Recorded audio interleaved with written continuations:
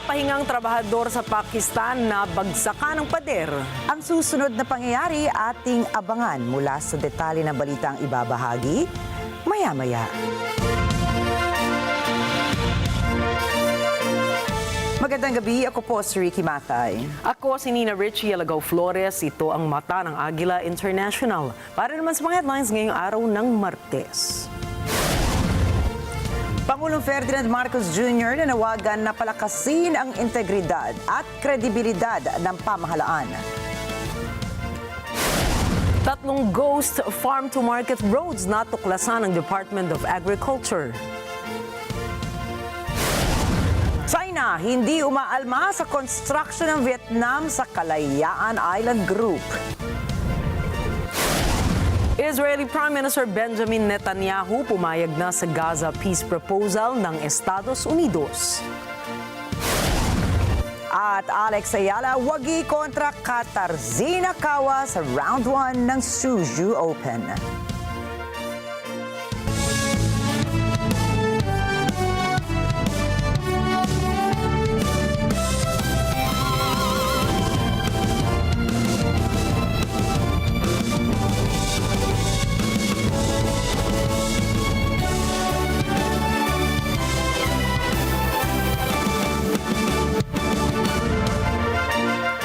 Bawat posisyon ay may kaakibat na tungkulin at responsibilidad. Isa ito sa mga binigyan diin ni Pangulong Ferdinand Marcos Jr. sa kanyang talumpati sa harap ng mga bagong halal na opisyal ng League of Vice Governors of the Philippines. Hinimok ng Pangulo ang mga bise-gobernador ng bansa na palakasin ang integridad at kredibilidad sa paglilingkod bayan. Dapat dinaan niyang nakatutok ang mga opisyal sa pangangailangang tugunan ang hinaing ng kanilang mga nasasakupan. Steadfast in the belief that the future of our nation depends greatly on the kind of leadership that we here today embody. Bawat posisyon ay may kaakibat na tungkulin at responsibilidad. Responsibilidad na itaguyod ang makabuluhang pagbabago sa inyong mga lalawigan. You are the bridge between the aspirations and action, between national vision and local execution. Sinabi rin ng Pangulo na dapat nagkakaisa sa paglaban sa korupsyon at huwag baliwalain ng mga opisyal ng pamahalaan ang galit ng taong bayan. Dapat anya'y matapos na ang walang prinsipyong pang-aabuso sa kapangyarihan at kasakiman. Their rage is valid. It is born from years of frustration at a government characterized by systemic dysfunction and unfulfilled promises. Let us not dismiss that anger. Let us confront it. Let us be humble and provide concrete solutions. Alam naman natin ang mga mali, kaya dapat nating itama. Hinikayat din ni Pangulong Marcos Jr. na magkaisa ang mga opisyal sa iisang layunin na maglingkod ng tapat at ng buong puso para sa bayan. Yan ay kahit anya magkakaibang partidong kinabibilangan at lugar na pinanggalingan ng bawat isa. Patunayan natin na wala sa kulay ng politika ang tunay na paglilingkod. Ito ay nasa puso, nasa konsyensya, at higit sa lahat ay nasa gawa. We as leaders must be the very examples of a bagong Pilipino. Tapat, disiplinado, at may tunay na malasakit para sa bayan. Nasa Independent Commission for Infrastructure o ICI pa rin po ang desisyon kung magpapatawag sila ng public hearing sa flood control projects. Yan ang sinabi ng Malacanang ukol sa mga panawagan na marami na isa publiko ang mga isinasagawang pagdinig ng ICI upang matiyak ang transparency at accountability ng kanilang investigasyon. Binigyan diin ni Palace Press Officer Attorney Claire Castro na nirerespeto ni Pangulong Ferdinand Marcos Jr. ang pagiging independent ng ICI. Noon pa po sinabi ng Pangulo na itong ICI ay isang independent commission. So kung ano po ang kanilang magiging polisiya at ang kanilang magiging procedure po doon ay igagalang po ng Pangulo at hindi po manghihimasok ang Pangulo dahil sila po ay independent body or commission. Binuo ang ICI sa bisa ng Executive Order 94 na pirmado ni PBBM noong September 11. Tungkulin ng komisyon na mag-imbestiga sa umano'y korupsyon, irregularidad at maling paggamit ng pondo ng flood control projects ng pamahalaan. Maaari ring mag-issue ng subpoena, mag-endorso ng mga witnesses para mapasali sa Witness Protection Program at magrekomenda ng asset freeze at iba pa. Aabot sa 75 million pesos na halaga ng ghost farm-to-farm roads ang natuklasan ng Department of Agriculture batay sa tuloy-tuloy na audit ng mga proyektong itinayo ng Department of Public Works and Highways noong taong 2021 at 2022. Kabilang rito ang 2 proyekto sa Davao Occidental at isa naman sa Zamboanga del Norte. Ayon kay Agriculture Secretary Francisco Chu Laurel Jr., iniulat na ito kay Pangulong Ferdinand Marcos Jr. at posibleng nagmula sa nakaraang administrasyon ang problema. Sinimula ng audit noong September 18 kasabay ng kontrobersiya sa maanumalyang flood control projects. Isa namang hinihinalang underwater drone ang narecover ng mga mangingisda sa karagatang malapit sa barangay Barangonan, Linapacan, Palawan. Ayon kay PCG spokesperson for the West Philippine Sea, Commodore J. Tariela, dinala na sa PCG Station Linapacan ang 12-foot-long drone upang maisailalim sa forensic examination. Dito ay napag-alamang may conductivity temperature depth o CTD sensor ang drone na ginagamit sa pagsukat ng alat, temperatura at maging lalim ng dagat. Dagdag pa ni Tariela, mula pa noong July 2022 ay nakarecover na sila ng ilang devices na katulad nito mula sa iba't ibang bahagi ng bansa.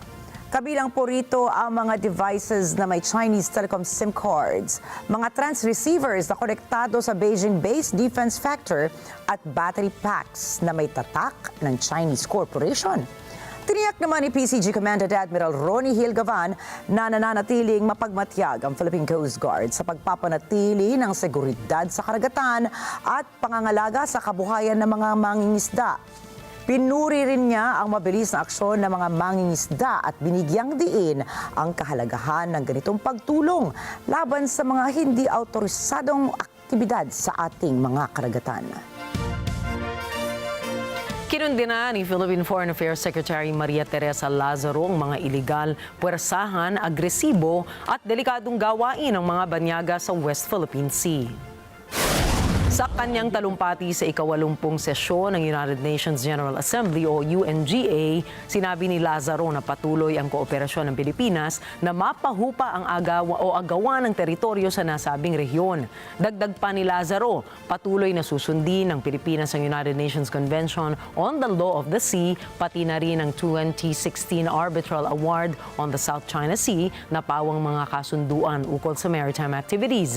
Hinikayat rin ng sekretarya na maresolba na ang alitan sa pagitan ng mga bansa, partikular ang nagaganap na digmaan sa Gaza upang makabuo ng two-state solution. We must end the suffering of millions who live in starvation and fear in Gaza. Ceasefires must hold. Humanitarian access must be restored without restrictions. Children, women, and innocent civilians must be saved from further violence. Healing must begin. The two-state solution is the only viable diplomatic solution for sustainable peace. At bumawi po ang piso kontra dolyar ng Amerika sa ikalawang araw ng foreign exchange ngayong linggo. Sa monitoring ng Bangko Sentral ng Pilipinas o BSP, nagsara ang palitan ngayong araw sa 58.0420 kada isang dolyar ng Estados Unidos.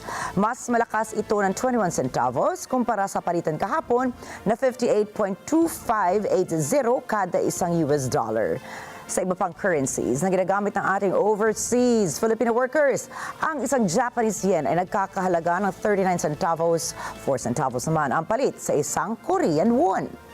Ang Hong Kong dollar ay nagkakahalaga ng 7.4574 pesos, ang Singapore dollar ay 45.0112 pesos.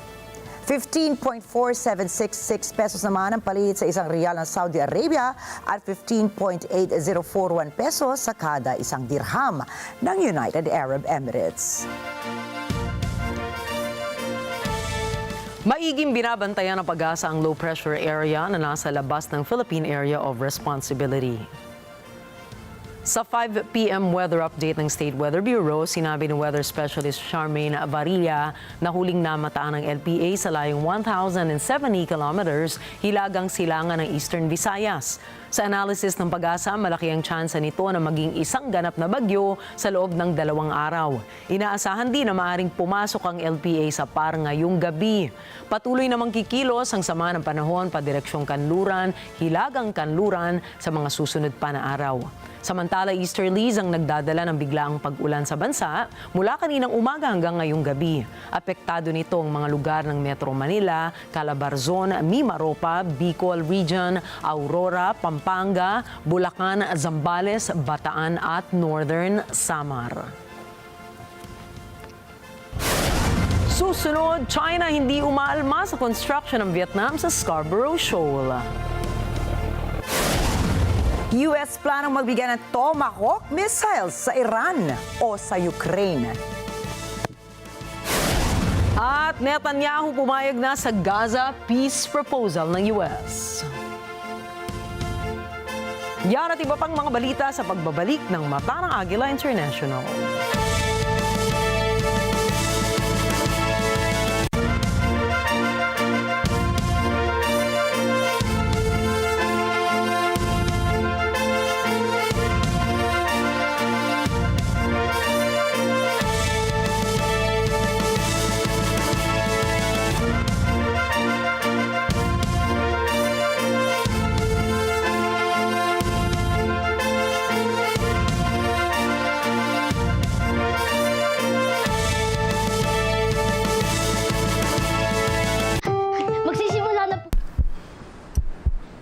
Ang linaw, di ba?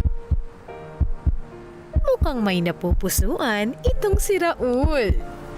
Mas mabilis kasi sa normal ang tibok ng puso mo. Baka may arrhythmia ka na rin. Ang mabuti pa, ipacheck mo na yan. Dapat maging responsable ka sa buhay ng isang pasyente. Ngayong araw, tama ang desisyon mo. Pero, mukhang sa iba nakatingin itong si Martha.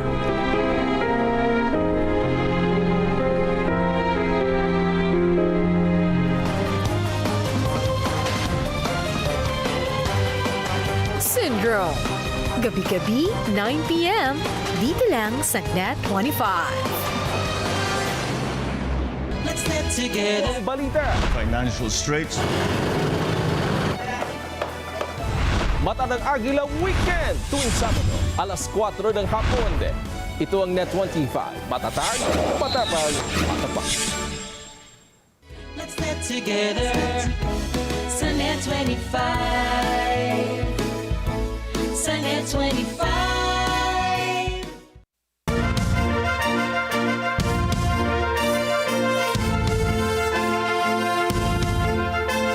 Kahit wala pang petsa ang susunod na pagdinig ng Senate Blue Ribbon Committee, tiniyak na ni Senate President Pro Tempore Panfilo Ping Lacson na iimbitahan ng komite sina dating House Speaker Martin Romualdez at dating Representative Zaldico. Iniuugnay sina Romualdez at Co sa umano'y malalang katiwalian sa flood control projects ng bansa. Sa panayam ng programang Ano sa Palagay Nyo o ASPM, sinabi ni Lacson na wala nang hadlang para imbitahan si Co sa Senado dahil nagbitiw na ito sa Kamara. Samantala, maaaring imbitahan si Romualdez sa pagdinig ng Senado sa pamamagitan ng sulat na padaraanin kay House Speaker Faustino Boji D. III. Humingi ng pangunawa si Lacson sa kanyang mga kasamahan dahil may ibinibigay niya na inter-parliamentary courtesy sa institusyon at hindi sa individual na miyembro ng Kongreso. Wala na akong obligasyon o wala na akong tinatawag na inter-parliamentary courtesy doon sa lower house kasi hindi na siya member ng lower house. So yes, kung yun ang tanong, kung imbitahin, sa susunod na pagdinig, kung magkakaroon kami ng pagdinig, papadala na namin siya ng invitation letter doon sa kanyang address. Now, alam naman natin nasa abroad siya, so hindi yung sisipot. Pag hindi siya dumating, papadala namin ng subpoena at pag hindi sumipot, may show cause order. Pag hindi satisfactory ang kanyang show cause order, ipapakontempt namin siya at pa-issue namin siya ng warrant of arrest. Ngayon, kay Speaker Romualdez, kasi nga nabanggit na yung pangalan niya, well, pwede ko i-course yung aming invitation kay Speaker Boji D. Hindi namin ipapadalang diretso kay dating Speaker Romualdez. Yun ang tinatawag na interparliamentary courtesy na hindi maintindihan ng iba naming kasama. Ang interparliamentary courtesy, according dito, doon sa institusyon na nirepresenta ng individual congressman. Hindi ito yung meron akong courtesy sa individual congressman.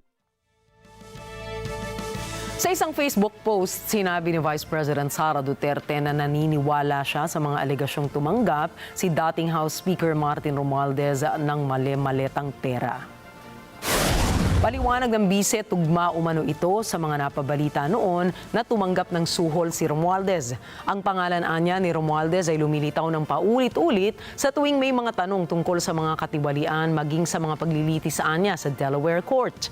Ayon kay VP Sara, ipinakita ang ebidensya na si Romualdez ang common friend na ginamit para mamagitan at may binanggit din na mga mabibigat na bagahe na dinala umano sa kanya. Sa desisyon ng Delaware Court sa 26 Capital Corp versus Tiger Resort Asia Limited na may docket number na 2023-0128 JTL, nabanggit umano si Martin Romualdez nang hindi bababa sa 17 beses. 3 beses sa page 37, 3 beses sa page 38, 7 beses sa page 39, 2 beses sa page 40, 1 beses sa page 58 at sa page 63. Katwiran pa ng bise, hindi lamang coincidences ito kundi isang nakakagambalang pattern anya. Una nang umalma ang Malacanang sa pahayag ni VP Sara sa umano'y pagpigil niya kay Pangulong Ferdinand Marcos Jr. na piliin si Romualdez bilang House Speaker. Iginiit din ni Palace Press Officer Attorney Claire Castro na walang binanggit ang Delaware Court na guilty si Romualdez.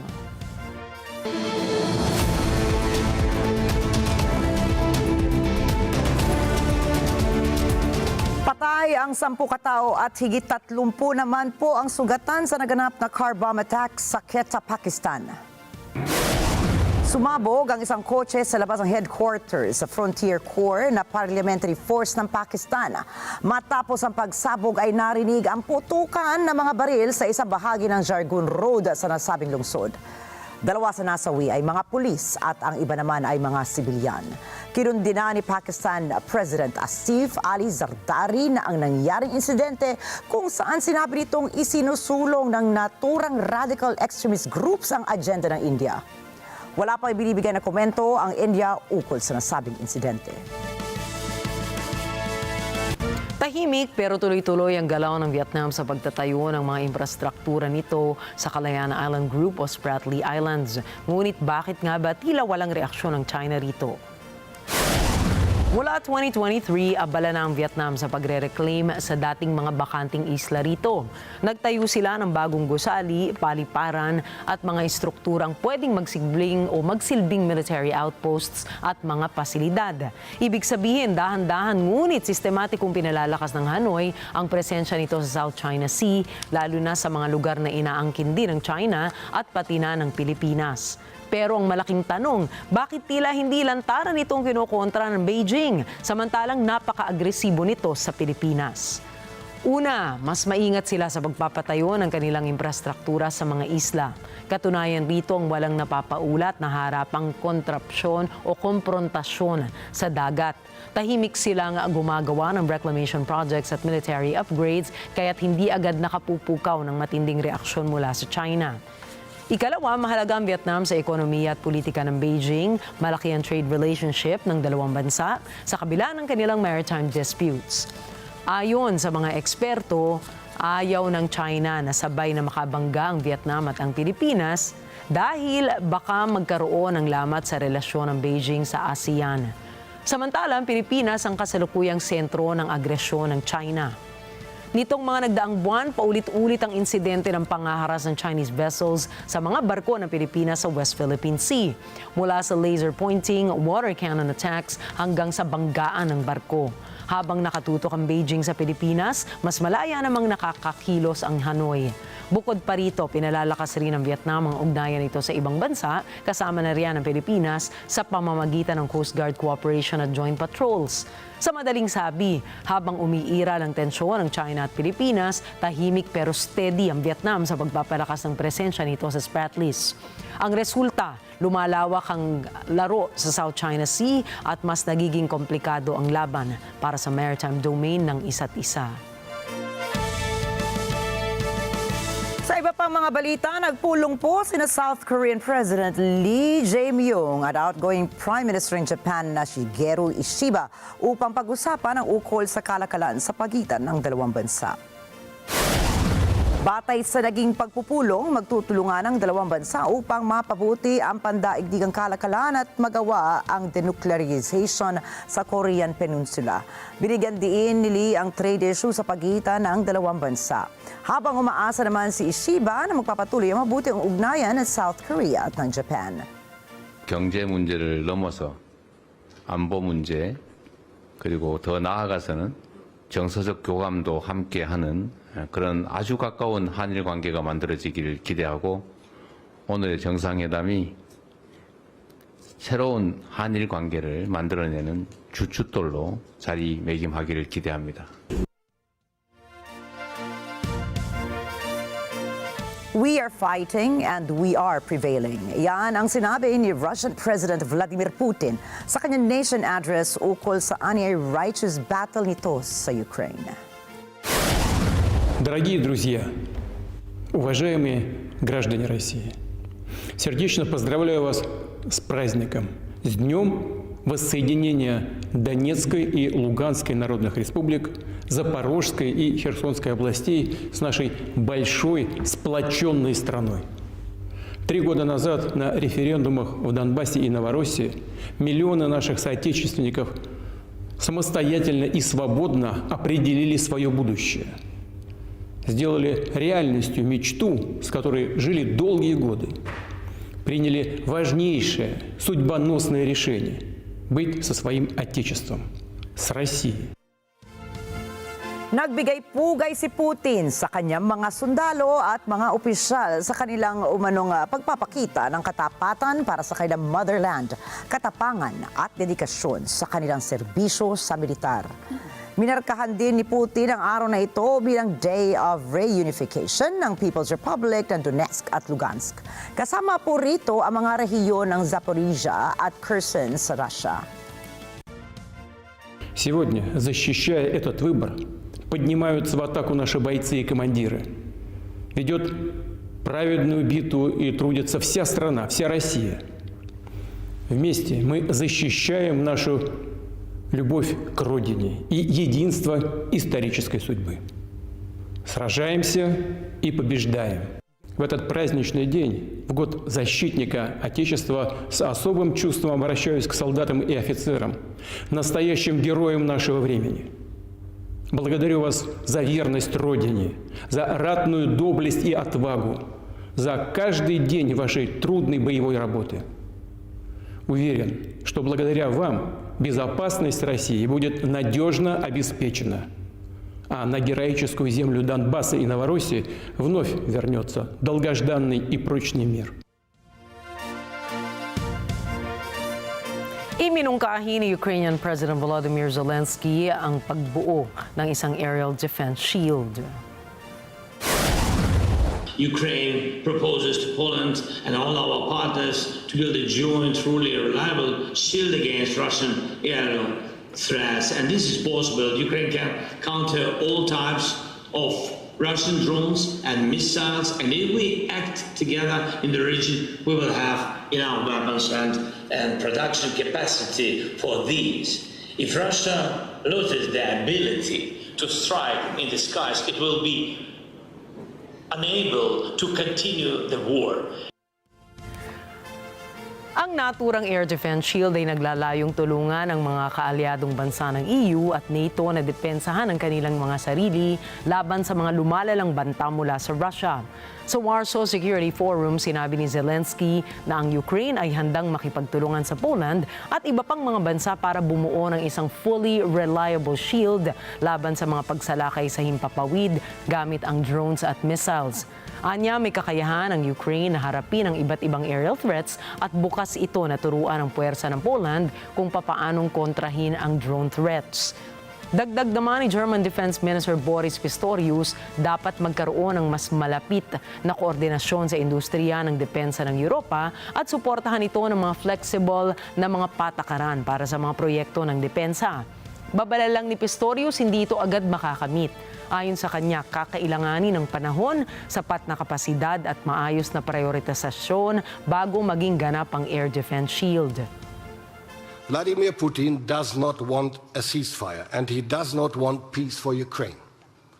So today we must focus on empowering Ukraine and bolstering its defense. The strongest security guarantee for the moment will be world-class equipment, sufficient resources and extensive training for the Ukraine armed forces. Ladies and gentlemen, Germany continues to stand firmly by the people of Ukraine. Our goal is to see Ukraine enter into meaningful negotiations to achieve lasting peace. Ang panukala ni Zelensky ay naglalayong hindi lamang mabigyan ng pansamantalang proteksyon ng rehiyon, kundi isang pangmatagalang estratehiya para sa seguridad ng rehiyon. The drone wave against Poland on the night of September 10 was a test not only for Poland but for all NATO. Russian jets violated Estonia's airspace, and the new drone incidents in northern Europe are another test for NATO as a whole. Russia is testing how far it can go. It wants to shift attention away from the brutal war it countries against Ukraine. Ikinukonsidera ngayon ng Estados Unidos na mag-supply ng long-range Tomahawk missiles sa Ukraine. I wanted us, the United States, to stop shoveling money and weaponry to a conflict that was so far away when I felt like the Europeans, with all due respect for them, were not actually taking their fair share of the burden. Because of the president's leadership, you now have the Europeans buying weaponry from the United States as opposed to us giving it. And you asked this question about Tomahawks. It's something the president's going to make the final determination on. What the president is going to do is what's in the best interest of the United States of America. That's the driving light between his foreign policy decisions, between his defense policy decisions, and that will be the same heuristic that we apply to how we answer this question about Tomahawks. I'll let the president speak to it, but I know that we're having conversations this very minute about that issue. Sinabi ni Vice President Vance na ito ang nakikita nilang paraan para tuluyan ng matapos ang pag-atake ng Russia. Subalit, paglilinaw nito na ang pinal na desisyon ay ipauubaya na lamang kay US President Donald Trump.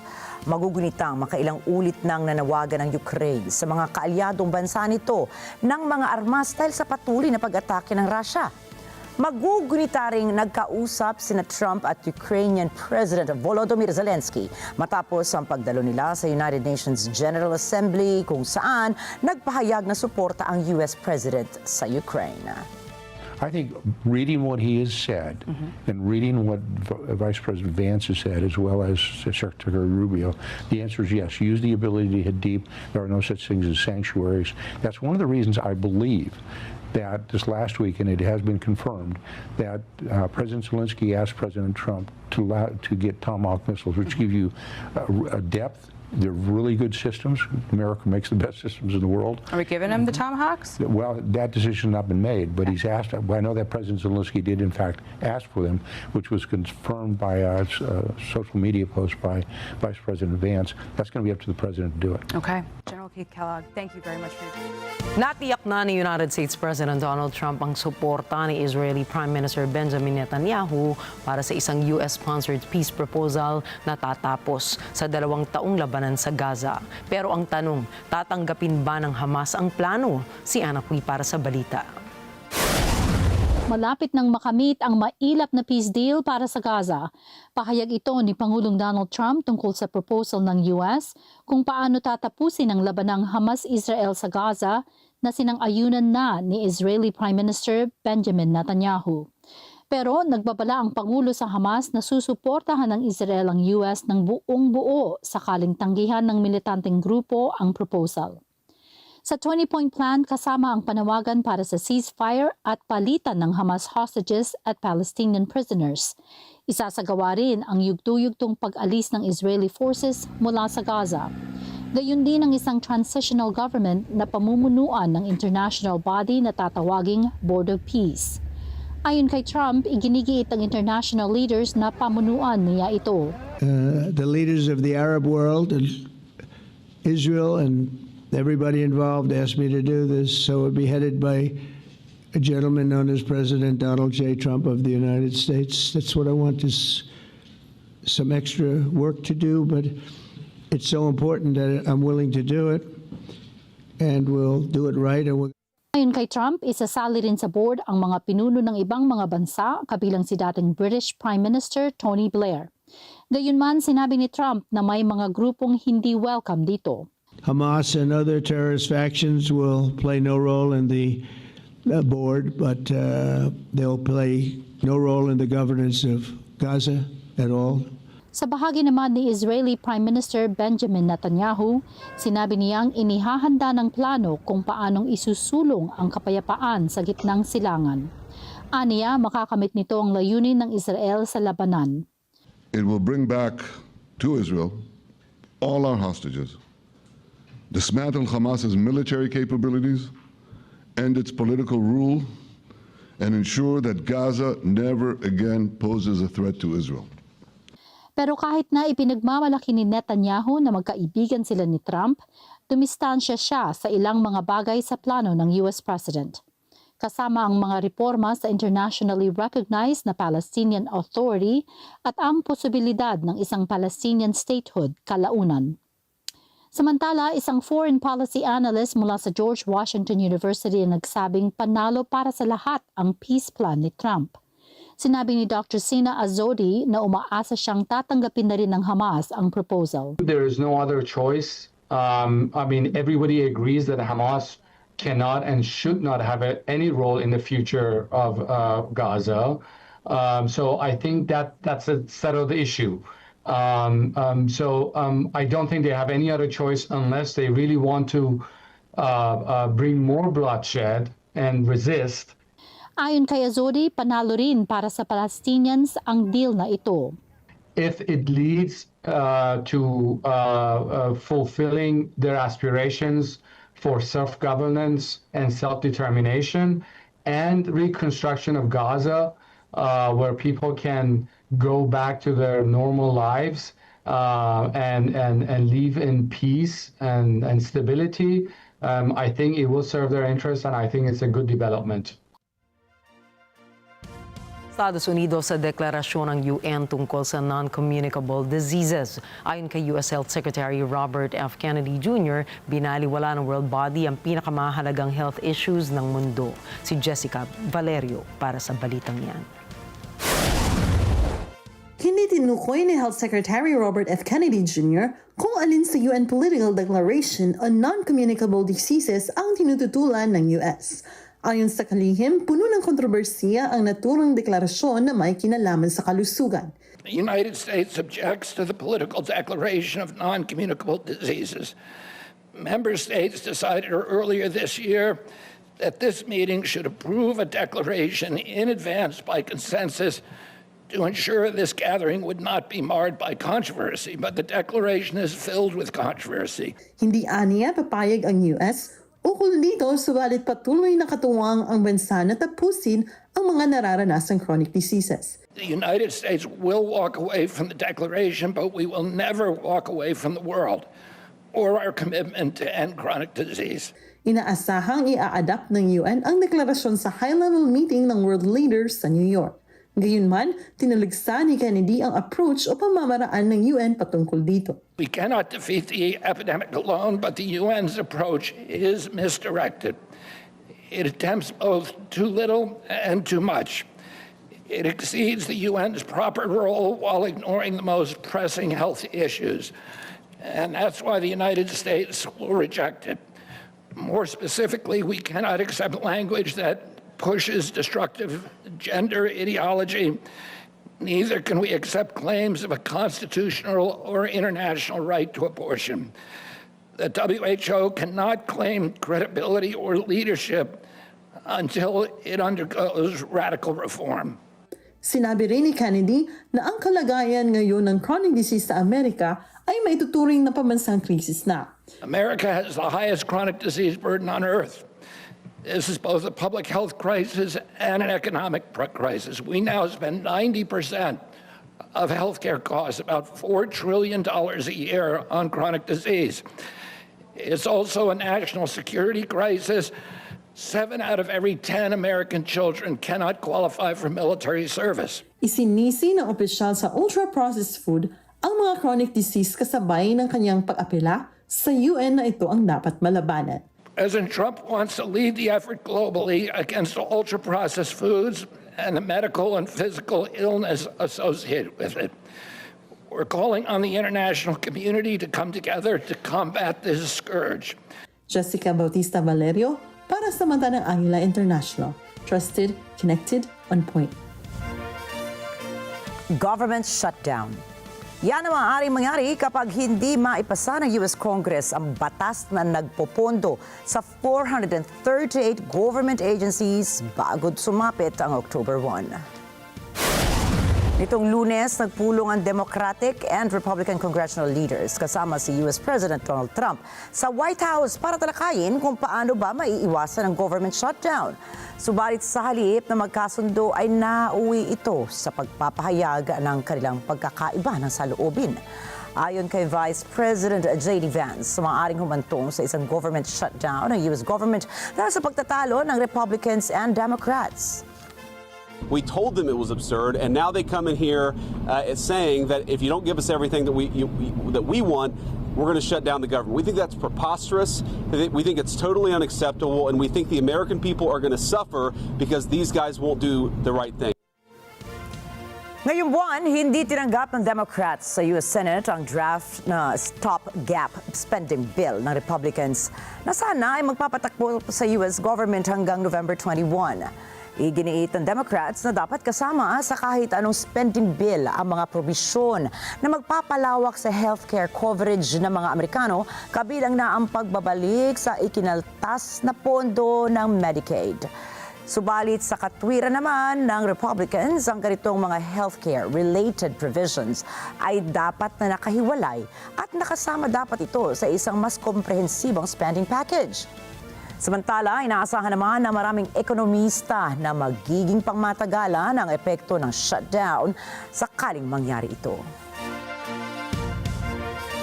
Ipinahayag ng presidente ng Colombia na si Gustavo Petro na si US President Donald Trump ay kasangkot umano sa genocide at dapat makulong sa ilalim ng Rome Statute.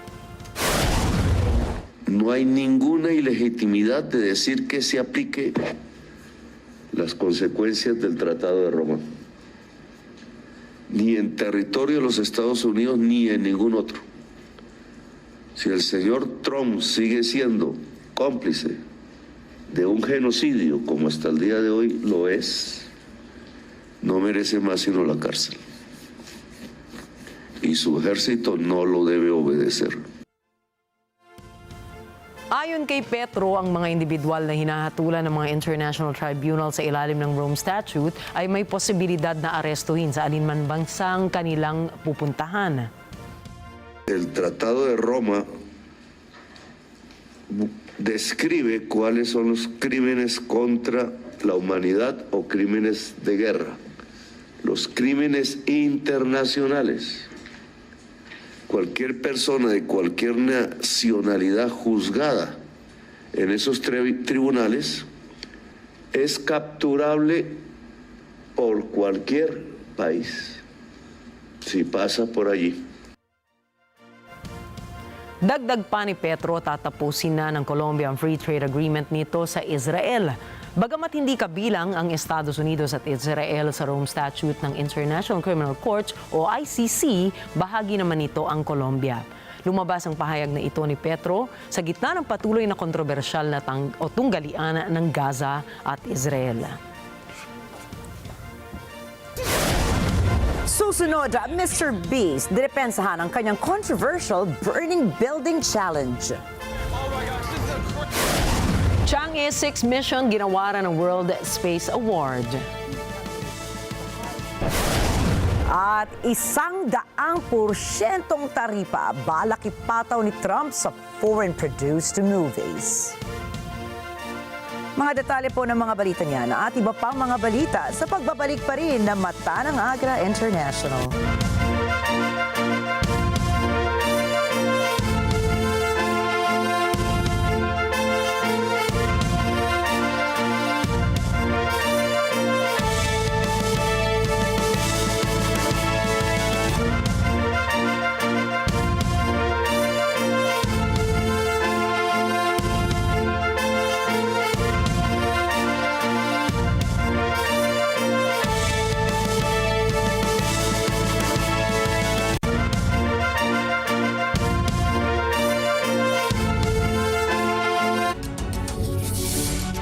When a story starts with faith, it can only grow further and stronger. As time passes by, we learn about your story. In an institution of exceptional healthcare, with genuine Christian compassion, we care about you. With a safe, secured, and sanitized environment, accompanied by a team of trusted healthcare professionals, we're built this way to serve you better. By providing affordable health services to general population, we want what's best for you. Because at New Era General Hospital, everyone matters.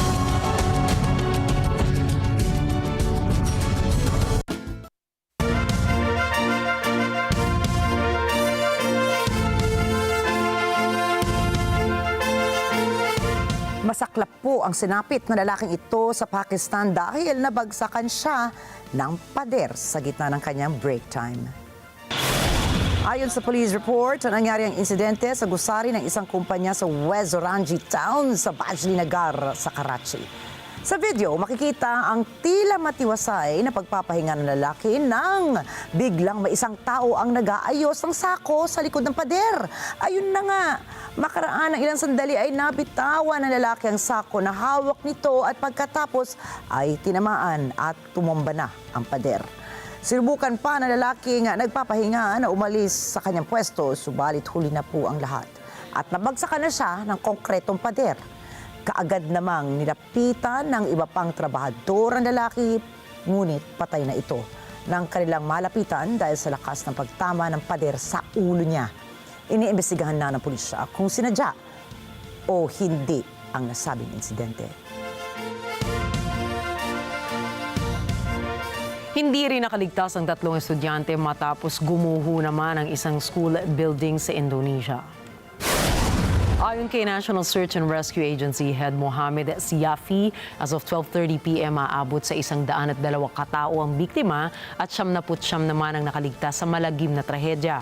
Nakikipag-unahan ngayon sa oras ang mga rescuers para masagip ang aabot sa 38 mga estudyante pa na nawawala pa rin. Iniimbestigahan na ng mga otoridad ng East Java Province kung ano ang naging dahilan ng pagguho ng gusali at para malaman kung sino ang kanilang pananagutin sa insidente. Didepensahan naman ng world's biggest YouTuber na si Mr. Beast ang kanyang latest upload sa YouTube matapos makatanggap ng batikos mula sa mga manonood. Sa video na pinamagatang Would You Risk Dying for $500,000, ipinakita ang ilang challenges na sinuong ng contestant na si Eric. Kabilang dito ang pag-iwan sa kanya sa isang nasusunog na building habang siya ay nakatali. Kinundi na naman ito ng mga manonood at sinabi na ang kanilang ginawa ay dystopian and humiliating. May ilan namang nagsabi na hindi totoong nalagay sa panganib si Eric at PR stunt lamang ang lahat ng naganap. Nag-comment naman si Jimmy Donaldson, ang tunay na pangalan ni Mr. Beast, sa ilalim ng video na ito at sinabing, "We take safety extremely seriously." Dirinaw niya na dumaan muna sa professional test ang mga obstacles at may mga nakaantabay na bumbero, rescue crew, ambulansya at emergency medical technicians sa naturang set. Dagdag pa niya, naglagay din sila ng ventilation para sa usok at kill switch upang maupula kaagad ang sunog. Sinabi rin niya na ang contestant ay isang professional stuntman. Sa kabila ng mga ito ay nakumpleto ni Eric ang challenge at nakapag-uwi ng $350,000 cash prize.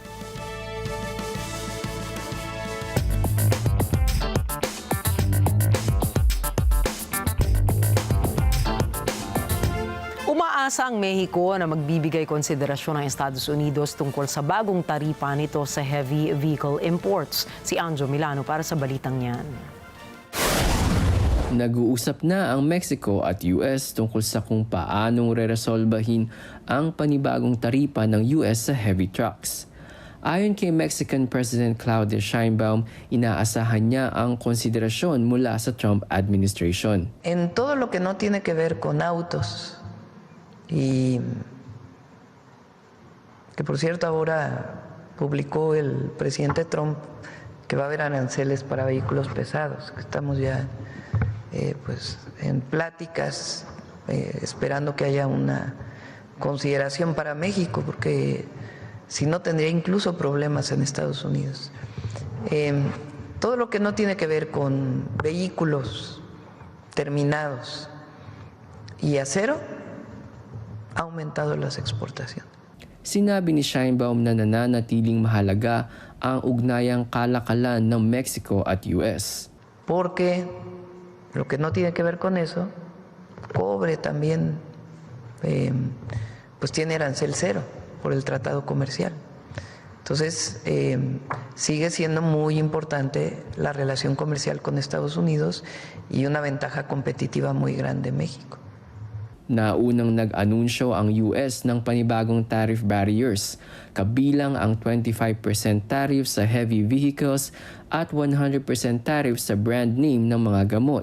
Sisimulan ito sa 1 ng Oktubre. Ayon kay Sheinbaum, bukod sa gawang mga sasakyan at bakal, tumaas ang bilang ng mga ine-export na produkto mula sa iba't ibang sektor. Nagpasalamat si Sheinbaum sa zero tariff provision ng North American Trade Agreement o US-Mexico-Canada Treaty. Anjo Milano para sa mata ng Agila International, trusted, connected, on point. At simula po sa 1 ng Oktubre, magpapataw ng bagong taripa ang Estados Unidos sa iba't ibang mga produktong papasok sa kanilang bansa. Kabilang sa mga bubuwisan ng mga gamot, heavy-duty trucks at mga gamit sa opisina at bahay. Rosel Feria para sa balitang yan. Sa kanyang social media platform, inanunsyo ni Pangulong Donald Trump ang 50% taripa ng US sa lahat ng kitchen cabinets, bathroom vanities at iba pang mga produkto tulad nito. Gayun din ang 30% sa upholstered furniture. Ayon sa Pangulo, ito ay dahil sa pagdagsa ng mga produktong ganito sa US mula sa ibang mga bansa. 100% taripa naman ang ipapataw sa anumang branded o patented pharmaceutical products, maliban na lang kung ang kumpanya ay nagtatayo ng pharmaceutical manufacturing factory sa US. Hindi lang yan, 25% taripa naman ang ipapataw sa malalaking truck na ginagawa sa labas ng US. Ayon kay Trump, ito ay para protektahan ang local heavy truck manufacturers mula sa hindi patas na kompetisyon sa labas. Ayon sa pagtataya, lalong tataas ang tumaas ng presyo ng furniture, gamot at malalaking truck dahil sa karagdagang mga taripang ito. Batay naman sa isang report, sinimulan na ng gobyerno ang pagsusuri sa pag-aangkat ng robots, industrial machinery at medical devices para tingnan kung may banta ba ito sa national security. At maaaring maging batayan ito ng bagong pagtataas na naman ng taripa. Rosel Feria, Washington, D.C. para sa mata ng Agila International. Trusted, connected, on point. At simula rin sa Oktubre, magbibigay ng isang buwang paternity leave ang Sumitomo Mitsui Banking Corporation o SMBC sa mga empleyado nito. Mag-aalok rin ang SMBC ng bonus na 50,000 yen sa mga empleyadong naka-leave at sa kanilang mga katrabaho kung mananatiling matatag ang mga operasyon ng bangko kahit nakaliban ang mga ito sa trabaho. Layo ng SMBC na palakasin ang pakikilahok ng mga kalalakihan sa pangangalaga ng mga bata at pahusayin pa ang mga kondisyon sa pagtatrabaho.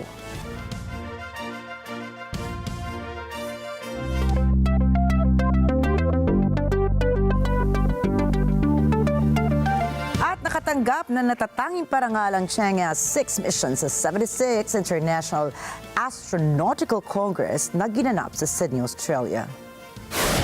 Dito ginawaran ang naturang misyon ng World Space Award in Team category. Humarap sa entablado sina CHANG'E 6 mission Chief Designer Yu Wao at Director Guan Feng para tanggapin ang parangal. Prestihiyoso ang IAF World Space Award dahil katumbas ito ng Oscars sa larangan naman ng aerospace. Iginagawad lamang ito sa mga individual o koponan na nakapag-ambag na malaking kontribusyon sa global space science, technology, engineering o management. Naimbento ng mga siyentipiko sa China ang bone glue na kayang pagdikitin ang nabasag o kaya'y nabaling buto sa loob lamang ng 3 minuto. Tinawag itong Bone O2, isang bioadhesive na ini-inject sa maliit na crack sa buto. Sa halip na metal plates at tornilyo na nangangailangan pa ng magbusising operasyon, ang glue na ito ay natural na na-absorb ng katawan habang gumagaling naman ang buto. Sa unang trial, isang pasyente na may wrist fracture ay gumaling matapos lamang ang isang injection. Ayon sa mga doktor, mas kaunti rin ang tsansang magkaroon ng impeksyon ng mga pasyente kumpara sa tradisyonal na operasyon. Ginawang inspirasyon sa pandikit na ito ang talaba o oyster na kilalang matibay ang dikit kahit sa basa at maalat na kapaligiran sa ilalim ng karagatan. Ayon pa sa kanila, kung tuloy-tuloy ang matagumpay na trials, ang matagal na recovery sa fractures ay maaaring umabot na lamang ng iilang minuto.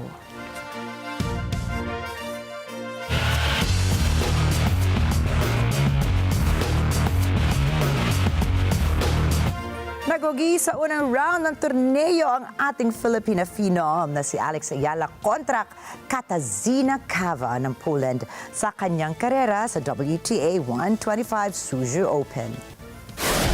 Natapos ang kanilang 3-setter grind sa final scores na 6-3, 3-6, and 7-5. Umabot ang kanilang pasiklaban ng 2 oras at 27 minuto nang mahirapan ang ating world number 58 na makuha ang kanyang rhythm laban sa Polish veteran. Umabante naman sa Agila para sa pangalawang round ng torneo at haharapin bukas ang Belgian world number 16 na si Greet Minen.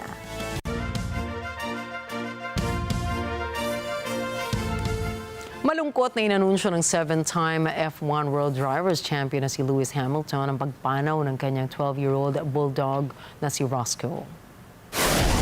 Ito ay matapos ang 4 na araw ng pagka-comatose ng kanyang pinakamamahal na alaga dahil sa pneumonia.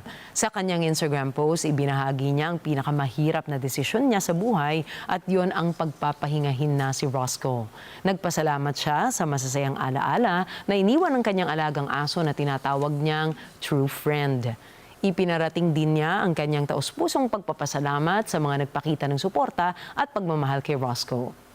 Kilala si Roscoe bilang best buddy at constant companion ni Hamilton, lalo na sa F1 paddock.